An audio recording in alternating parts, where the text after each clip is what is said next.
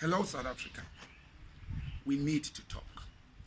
I have recently posted a statement and a suggestion on my Facebook page and share it in various platforms, which includes the WhatsApp platforms that I belong to. And there's an issue that I raised which has gained momentum and attention. I have asked people to talk about professional abuse at the workplace.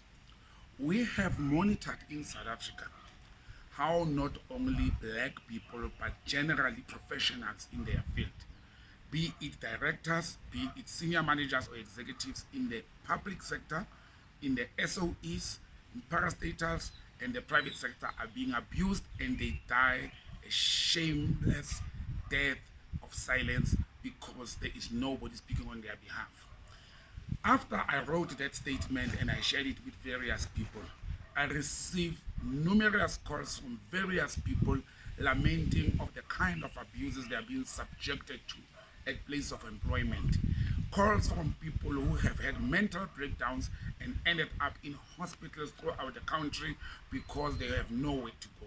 Many people say we've got the constitution, many people say we've got courts, we've got the CCMA, etc., etc., whereby employees' rights are protected. But that is not the case when it comes to senior management and executives.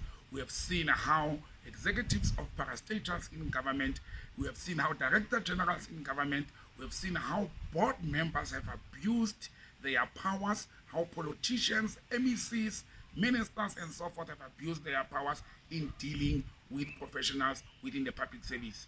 We have also seen how giants like Old Mutual, Standard Bank, and many other private companies have abused their senior management and executives, and we have been silent with all that.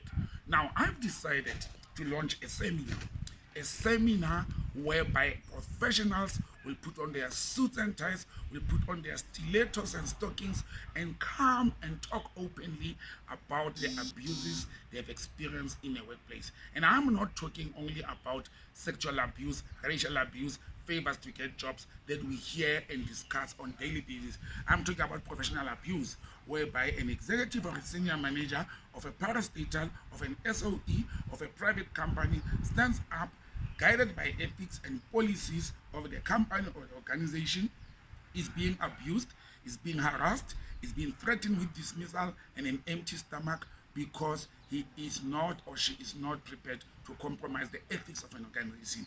These are some of the things I want us to talk about. I want us to have heard and listened to the deputy president of this country who spoke about those kind of abuse and the destroying of the black excellence executives.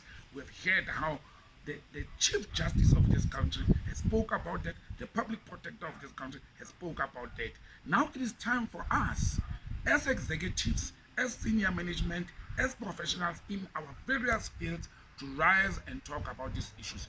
We have lecturers, we've got professionals in the teaching industry who are being abused. We look at the universities, we've got people who are being abused, who are being exploited.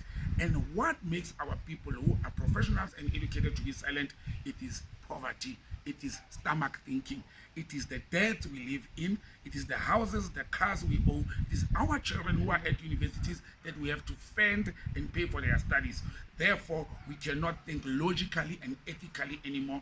We have to think that you are one salary away from bankruptcy. Therefore, if you lose your salary for a month, you will be bankrupt, you lose your car, you lose your house, your children will suffer, and therefore we are forced by circumstances and processes that are actually against moral ethics and humanity.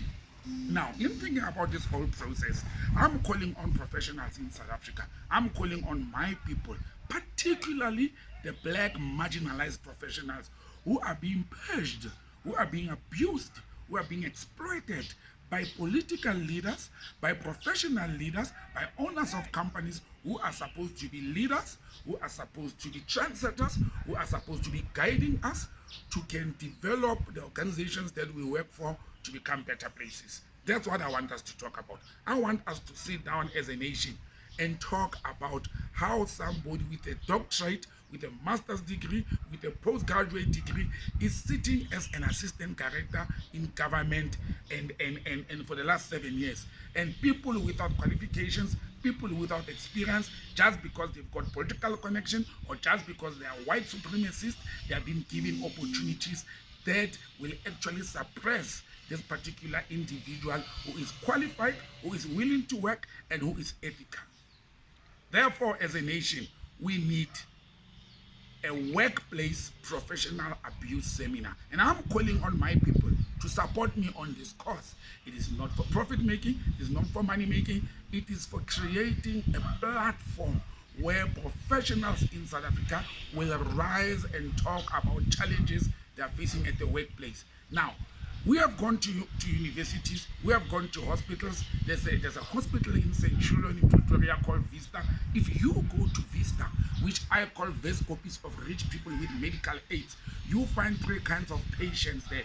You find divorcing women who are going through depression because they are worried about losing their marriages, husbands, and the comfort they've been having in marriages. Very professional women. You find policemen, due to the nature of their duties and the pressure that they work with, they are all sitting at Vista in St. John. Then you find professionals, black professionals, educated people. You find lawyers, doctors, executives who are at Vista because of depression.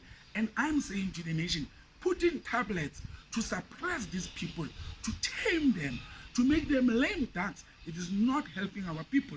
We need to stand up. We need to talk and say, why do we allow CEOs, why do we allow board members, chairmen of board, ministers, MECs to continue exploiting and destroying what many will call the creme de la creme of the black excellence? Why do we allow such to happen? We know historically that the labor federations have failed us. And it is because the labor movements, or the supposed to be representative of the employees, are in cahoots with the liberation movements or former liberation movements, which have become political parties today. Therefore, the labor movements cannot help our people.